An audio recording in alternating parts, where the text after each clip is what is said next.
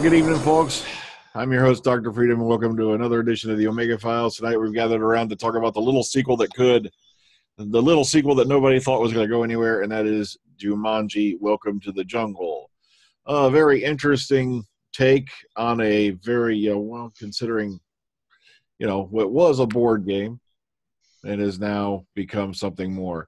And the kind of weird part is, in a way, it's kind of like maybe it's the second sequel because a lot of people kind of count Zathura, but we won't go into that. Okay, let me go around. I want to hear your guys' thoughts on it. So when I call your name, go ahead and go immediately into your opening thoughts on the movie Jumanji, Welcome to the Jungle. Let's start with Texas Tim while he's here.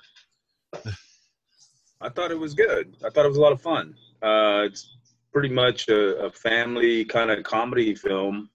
I think it's kind of aimed at teenagers in a way. I'm not familiar with the first film. I never saw that, I should add. But I thought it was pretty good. I thought they had some messages they were trying to convey about nerdiness and whatnot, or like the vapid phone girl or whatever. But it's like they all kind of learned something by the end of the film or something. They learned how to appreciate their friendship and work together and stuff. And that's all really cool. It wasn't too heavy-handed, and definitely wasn't any kind of political message that they're always trying to hammer onto people nowadays in these films. But yeah, I thought it was pretty enjoyable. A couple of the CGI effects were a bit wonky a couple of times, but other than that, I would say it was a pretty well-made movie. And the cast was outstanding. I mean, I've never really seen The Rock in anything, I don't think, but he was good. And I didn't know the other guy, the short guy, but he was very funny.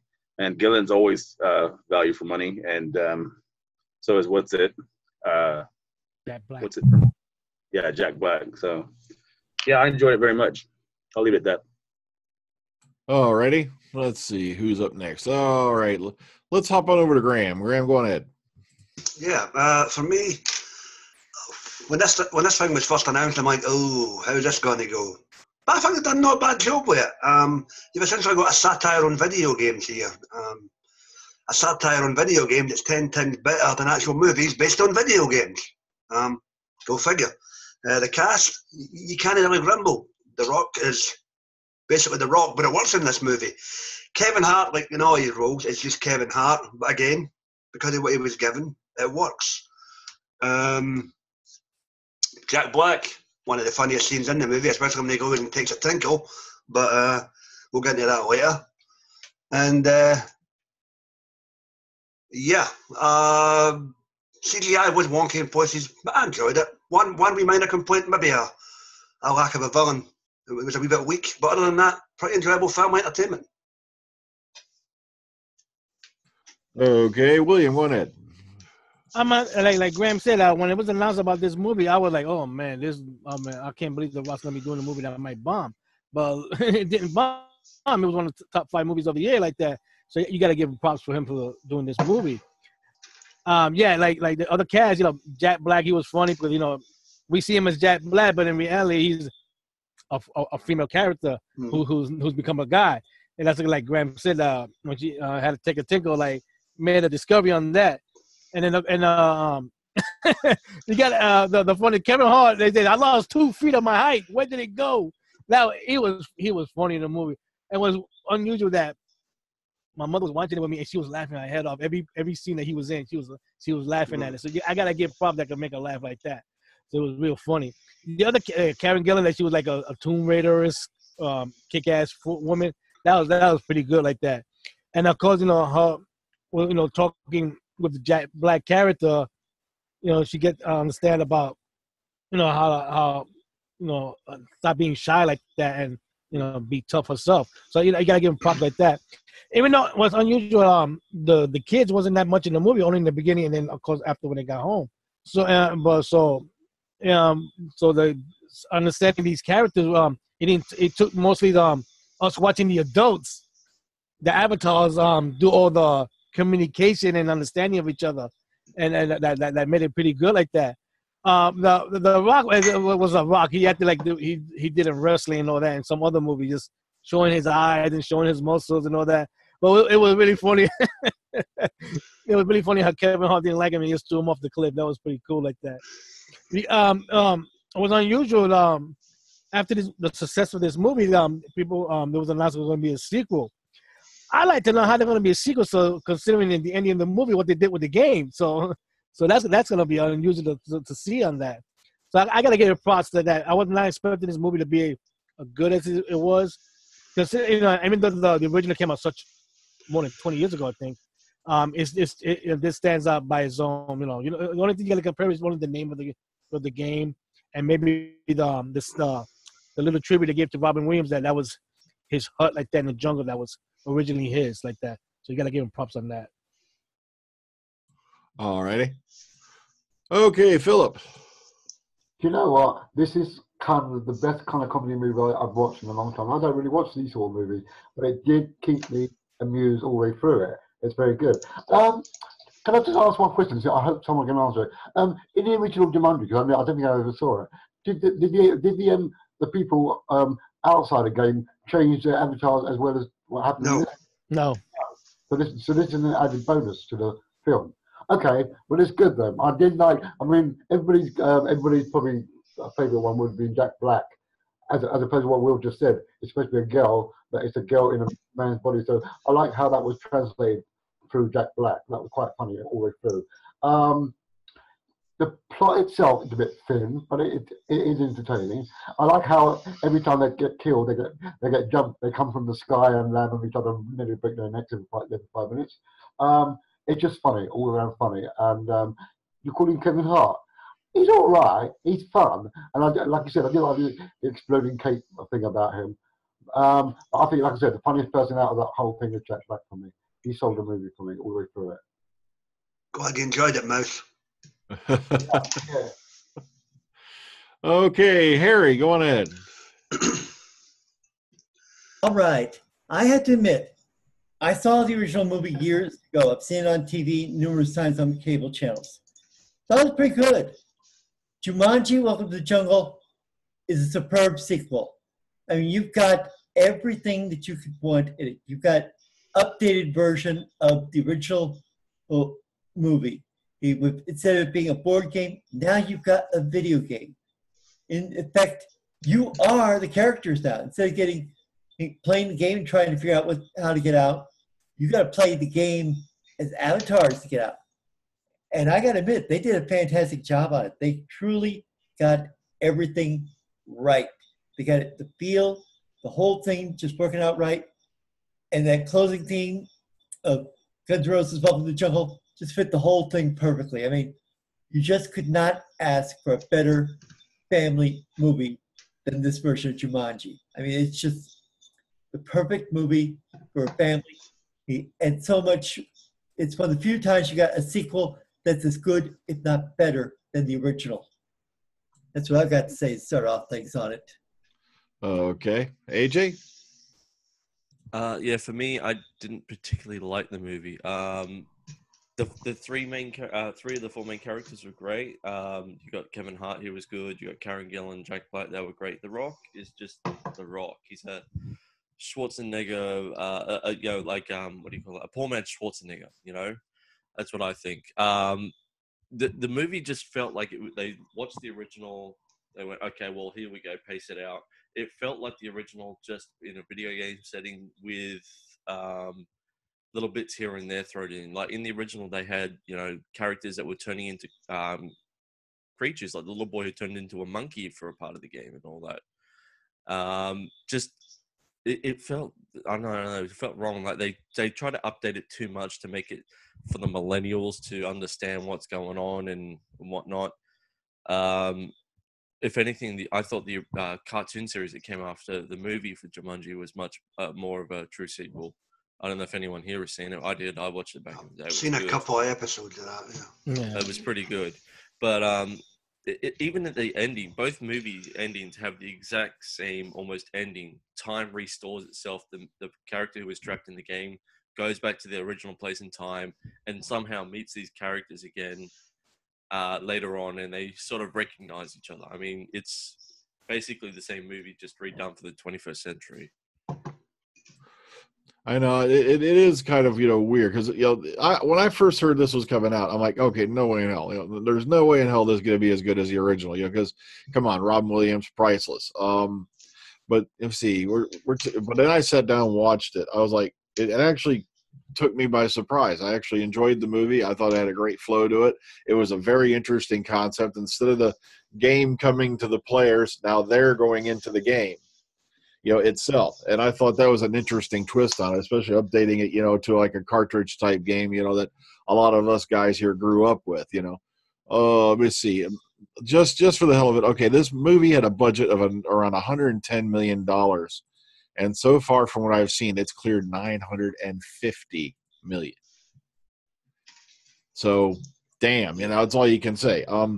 Plus, The Rock, of course, being The Rock. But then again, when you've played video games like this, you have your atypical Avatar characters. Like Karen Gillan, of course, being the Tomb Raider style lady, and of course, I love the line. Why the hell am I wearing this type of freaking outfit in the jungle?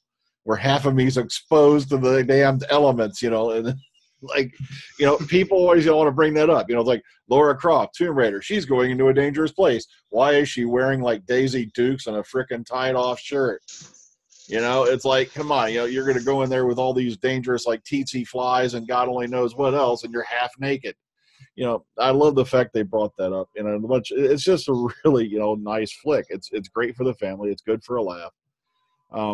It actually blew me away. I was shocked. Okay, so let's get your guys' stuff. All right, let's go ahead and open up the mics. All right, favorite moments. Who wants to go first on that? Anybody, hop in. I have to say my favorite, Brian. I have to say my favorite spot would be when you've got at the end where everybody admits they've grown and matured. They've changed since when they first got in the game, and it's really affected their lives since then. Okay, Texas Tim's got his hand up. Go ahead.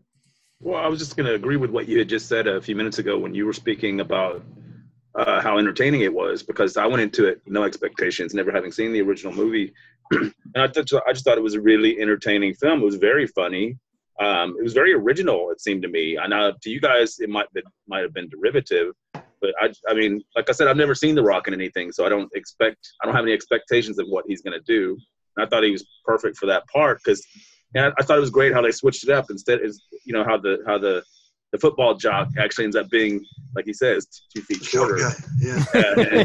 And the nerdy, wimpy game player guy ends up being this big rock. Yeah. So I mean, it's also they were all opposite of in the game what they were really like, especially the phone girl with the this very self-centered little bitch, and she ends up Madison. Her name is Madison. Getting the worst possible choice of an avatar, but it teaches her a lesson, and she learns that maybe she should be a little bit nicer to people. So I mean, it's all good. I mean, I think it was a really funny, entertaining film. Okay, AJ, got your hand up. Go ahead. Yeah, I guess my favorite part was the wink and the nod to the Breakfast Club sort of deal, with them all getting into detention together in the school on a Saturday, sitting there playing video games. But one question, though, is how can 5 players play a 4 control game? Nick Jonas was playing in the 90s and he got stuck in the game. I know. Yeah, I know, but if 5 players were supposed to be playing at once all at the same time, how can 5 players play on a 4 controller system? Yeah, but remember they're not using the game, but nobody's using the controllers. They got sucked into the game. I know. So he's already there. Hang on. He used the cartridge. Was the one in skill detention or something different? Nope, same thing. 20 years later. Yeah, somebody had stored the system itself was sitting there in a box, and that's how they stumbled onto it. But then that must mean that he's how you keep record of your scores and gaming. Maybe that's what happened to him. He's game retained on that machine. Maybe it's the same system. Maybe it ended up at the school after he disappeared. So so he's still in there then. Yeah, he's retained it. Yeah. Good old E2 prom back in the day. They could you could store high scores on those cartridges and everything. It's like, and also you can beat the crap out of them. But notice here's a little video game memory for all you folks out there. How many folks remember having to do this? Oh God, yeah. Okay. On your toast, yeah.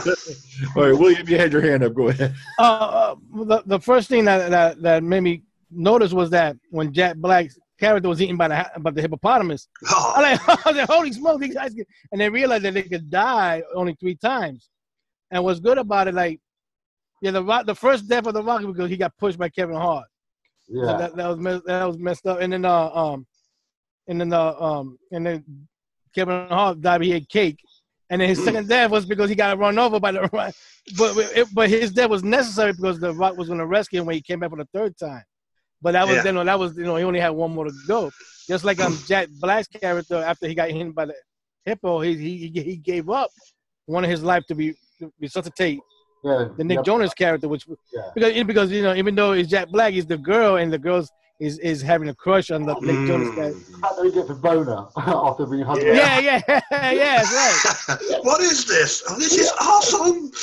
Yeah. So it was pretty good to see how they interacted like that.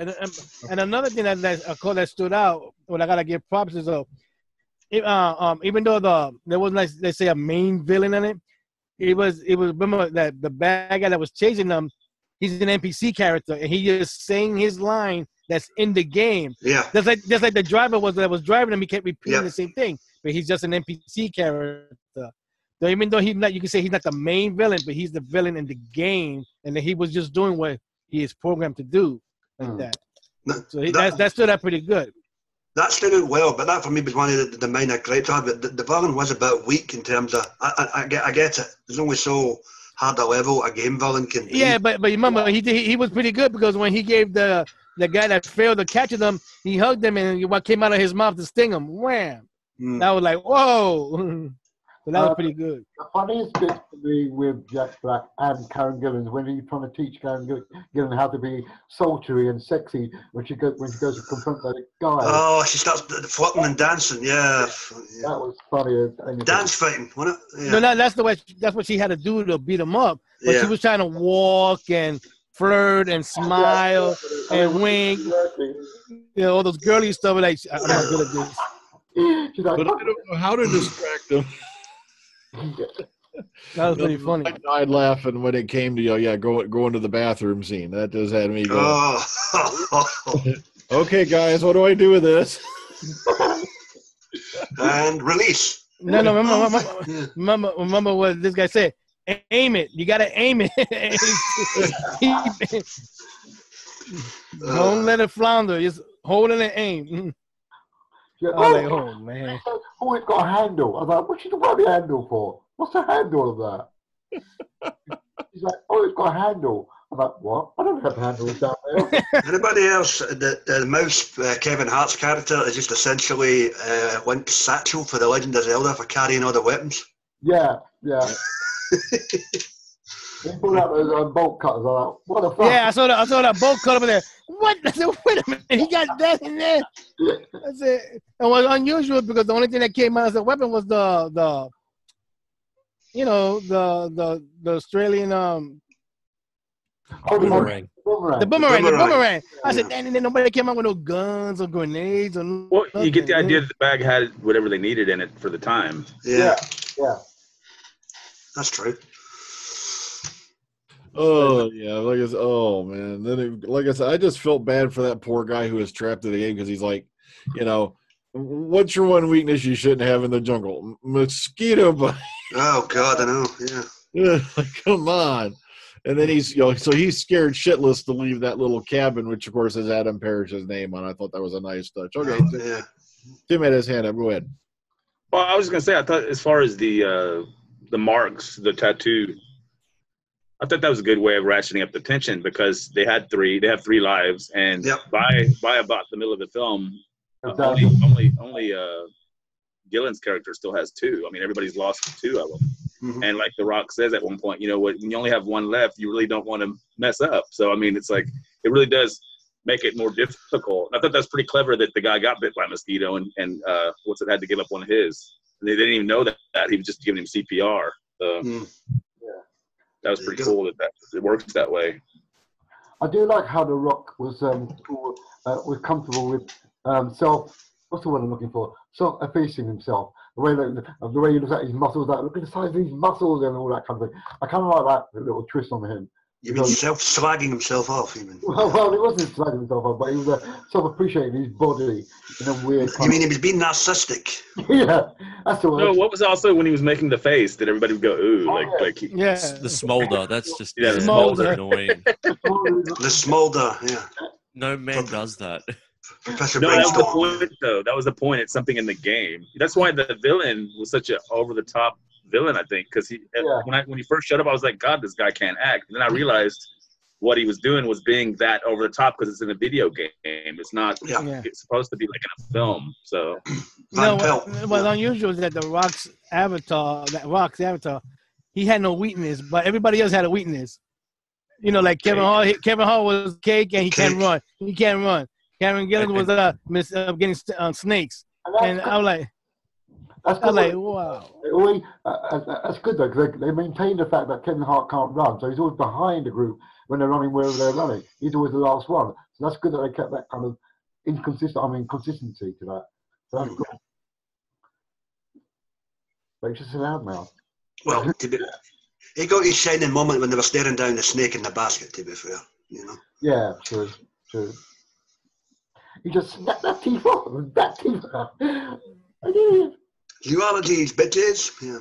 I love that. I don't really do that on the elephant. Zoologies, bitches.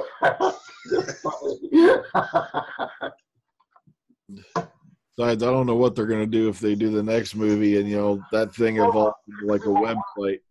There could be more than one of those games out there somewhere. So something like on another console set. No, it evolved from a cartridge into like one of the online games. That could really screw with people because then you can pull people from like all across the freaking planet. Good point. If that's an interesting idea. If I remember right, when they smashed the console with the bowling ball, the only thing that survived was the cartridge.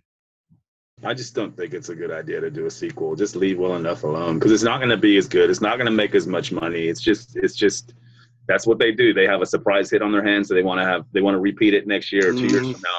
And this doesn't even set up a sequel. It's a self-contained film. It's not by what you guys are saying. It doesn't even seem like it's a sequel to the original. It's just a variation on the theme. Yeah, it was a game they got involved in. No, actually, they did sort of try and continue it from the original because at the end of the original, the Jumanji board game was stuck in a beach. It was like buried in sand, and you saw people walking up to towards the game. But at the end of the first movie, it was apparently in France somewhere because they were speaking French. So maybe they were just tourists. I don't know, but anyway, they did carry it over from the original to this one with the beach scene. So. But that was that same board game. But since they broke the thing, it could be like Dr. Freedom said, that could be online. You're gonna make an online version of it, and it grabs people from different parts of the world. So whether the same actors like The Rock and Karen Gillan will come back, I don't know. That would be interesting. Plus, they could update the software a little bit because I remember playing games like that back in the day. One of the things that did get annoying was those frickin' NBCs. You keep going back to them, hoping they're going to give you more information, and they just spout out the same line over and over again. Because you have to do something particular in the game before they'll give you more info, and you think you've done it, you go back and he starts feeding you the same shit. Son of a bitch! Oh. I remember how annoying those characters were. That's why I died laughing that they threw that in there because, for us older gamers. Yes. Who's that? Oh. ColecoVision rules, bitches. Yeah. It's like you aren't a man unless you waited at least 5 to 10 minutes for a video game to load on your C Commodore. Oh, God, yeah. No. You had to line up your quarters where everybody else is on the console. You gotta wait. Or you had to load one off a tape drive. Yeah. Oh, man. Oh, that was fun. So, like I said, all right, anything else before we go ahead? The only thing like I think AJ was mentioning that when this guy went back to 96 and he went home and grew up and he had a family. It was pretty nice that he named his daughter after the after Bethany. Bethany, yeah. After Bethany, after the girl. Even though it was Jack Black, but he remembered it was a girl. So that was pretty nice. That he remembered her in a weird way. Yeah. Oh, that's right. That was Tom Hanks' son, by the way, playing the older version. He looked familiar. I said to myself, he looked familiar. I did think Tom Hanks. I thought, no, can't be. That was Colin Hanks. Yep. He looks like he's son Colin. So he's mainly a director now with his bit parts these days. Yeah, he's been popping up here and there in various different series. He's a pretty good actor. He was in Dexter. He was good in that. Mm-hmm. Yeah, because he played a villain for a whole season in Dexter, and he was really, really good in that. Okay, Harry, you got anything to add? You've been kind of quiet. You want to throw something in? I had to add one thing to it. I had to say this. There's one scene in particular that brought a big smile on my face because I used to watch The Rock, Dwayne Johnson, when he was in WWE/WWF. And there was one scene in particular that brought a smile back to my face because it was reminiscent of his old days in the ring. Picks up the one guy, and basically he just rock bottoms the guy. It's an old wrestling move, the rock bottom. I mean, if I didn't know better, I could almost swear I heard in my head, "Can you smell what the Rock is cooking?" Somebody's excited. I didn't realize at the ending of the movie that a majority of the film was filmed in Hawaii. That's gonna be all the jungles and all that. Oh, I like. Oh, great! This guy not only filmed the movie, they had a good vacation over there too. Look at the slicksters. Lots of rum in the coconuts. Yeah. So you got to give him props from that. I guess that's where the kiss scene came from between The Rock and Karen. Then. Oh yeah, That was just you know what? That was awful, but it was funny. That was what they were aiming for. Don't laugh, everybody, because one time everybody here was a teenager, so your first kiss wasn't all that great. Yeah. I was a good kisser when I was a Yeah, right. I think that was the point, wasn't it? That was the point. They were trying to show how awkward it is for teenagers or whatever, and so this is a way of letting them mature or grow up a little bit by the end of the film. And they weren't too heavy-handed with it. A lot of movies are really heavy-handed like that, or they get really political, like, oh, it's okay, a sex change is okay, all that kind of malarkey, which is glad happily they didn't go down that road. They just made fun of it kind of. So that was really good. Yep. Only Jack Black could have a sex change and 2 seconds later get hit by a hippo. Yeah.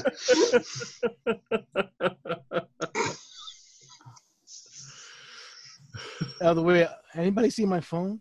I'm looking for my phone. I need my phone. I need the phone. I see that bit at the beginning, though, with that wee bit, man, with her selfie sticks and you're like. and the scary thing is that's how the majority of teenagers are. A lot of people are like that. Yeah. And you're like, oh. That's all they do all day is social media, and they do things like that. They want to take the perfect picture, or they want to just so they can say this is me doing this and blah blah blah. And just like she was in the class, well, nobody's liked it yet. What happened? I've seen people that act that way, and it's not good. Oh yeah, the video call she was having with her mate in the classroom, and the teacher's like, "You just give me a minute. Are you done yet?" Yeah, you're like, that was a real she gets sent to detention. Yeah. My selfie stick here. Philip, what? That's your butt scratcher. Butt scratcher? And no, but the other one was the other girl when she told the gym teacher off. I don't want to be physical. I don't want to be a gym teacher. What? Oh yeah. Told her off. What did the Fitbit jock get sent to detention for again? What did he do? The jock, the athletic guy, he got busted because he didn't write his report. It was the other kid. Oh yeah. Yeah. That's right. Yeah. Both of them got detention for that. Yeah. Since he kept writing the certain sentence the way he writes in his stuff, like, well, it's character development. He comes up with some nonsense like that, saying the same line in his book report. Like, as AJ alluded to, first 10, 15 minutes of the movie is like, I'm actually the Breakfast Club, then you're off into the video game. So, pretty good though. So a very interesting movie, very fun time, very fun watch. Like I said, I highly recommend it. I was pretty blown away at how good they did it. I really was. Okay, anything else before we move on? I think we got it. Yeah. So sorry. Here's a question: how did the console get from Alex's house in '96 to the high school, and then by the end of the movie, why was it still in the school after he returned back to his own time? Well, it could be that either once the timeline was changed, he himself gave it to the school or left it at the school, or in the first timeline, his parents just finally realizing he was never going to come home, just got rid of it, donated it to the school. Yeah, that's it. That's from his timeline. That's how the game got there. So like Texas says, when he went home, he probably realized when he remembered about those kids came from the future, but they said they're from the 20 years later. He was there. So that's why he probably donated it to the school for the kids could still have that. Why the school would allow people to donate video games, though, I can't think. But yeah, it is kind of a loose. That's back in the 90s, man. That was a 90s thing. Was that the only one kind of freaked out that it was the board game just morphed into a cartridge for A, no apparent reason, and B, because he knew that this guy was not playing with it. He was playing video games. No, hang on, hear me. No, and it was also 1996. Why no a Sony PlayStation disc? It's a Sony movie. Yeah, I saw that too because he was playing a PlayStation in the movie as well. Yeah. That's weird. Well, that was minor nitpick. I mean, I know Nintendo 64 was still on at that time, but when they found the game on the beach, it was an outdated game anyway, and he brings it to the kid. The kid's not even interested in it. He's playing Sony. So yeah, people still play board games today. Yeah. Yeah, but Dungeons and Dragons doesn't have the allure it once did.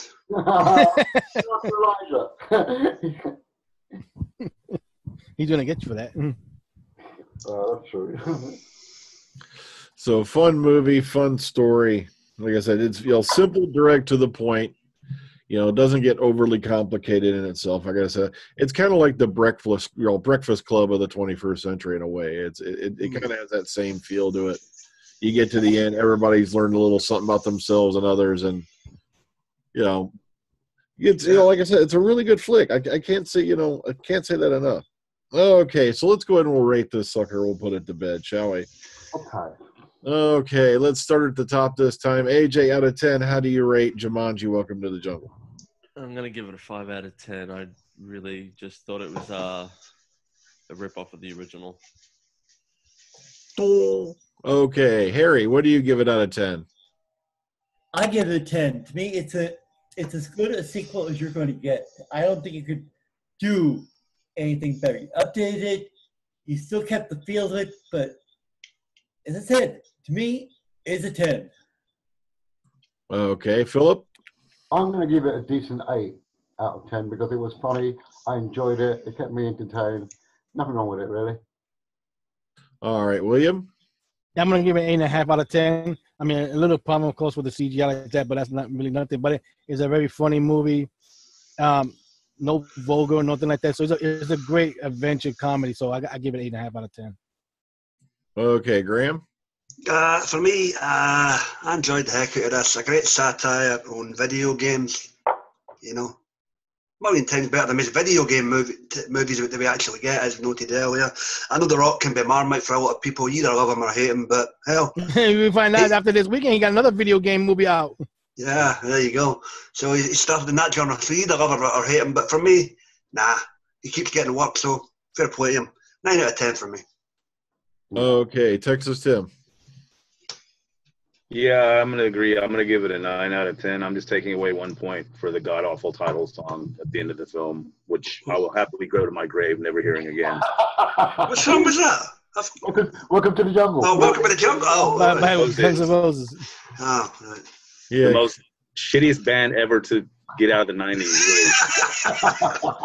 really. He's just not having it. Rose was a dick. I'm not kidding. Just look up all the stuff he did at live performances and shit like that. Somebody even farted in the audience. He'd call the show and walk out. What an ass. Oh, okay. So me, I'm going to give it a 9 out of 10. Like I said, I enjoyed the movie. Very little wrong with it, if anything. And like I said, I just laughed my head off from just about beginning to end. So, okay. So Say the big question next week. Suicide Squad. Actually, thank you. Because I'm yeah, watching that. We're going to be doing Suicide Squad Hell to Pay. Yay. Which I is love that movie. Yeah, another animated feature. And also, I have to wait for Black Panther to come out. Oh, yeah, that's true. Before We I all do have that. to wait for Black Panther to come out. I saw Panther.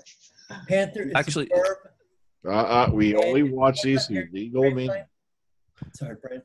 What's that, Harry? I was about Go to ahead. say, what I'm hearing to the grapevine, Disney's going to do two big things with it. One, they're making donations to kids' charity because they're making so much off of it. They've already made over $1 billion in sales worldwide for tickets.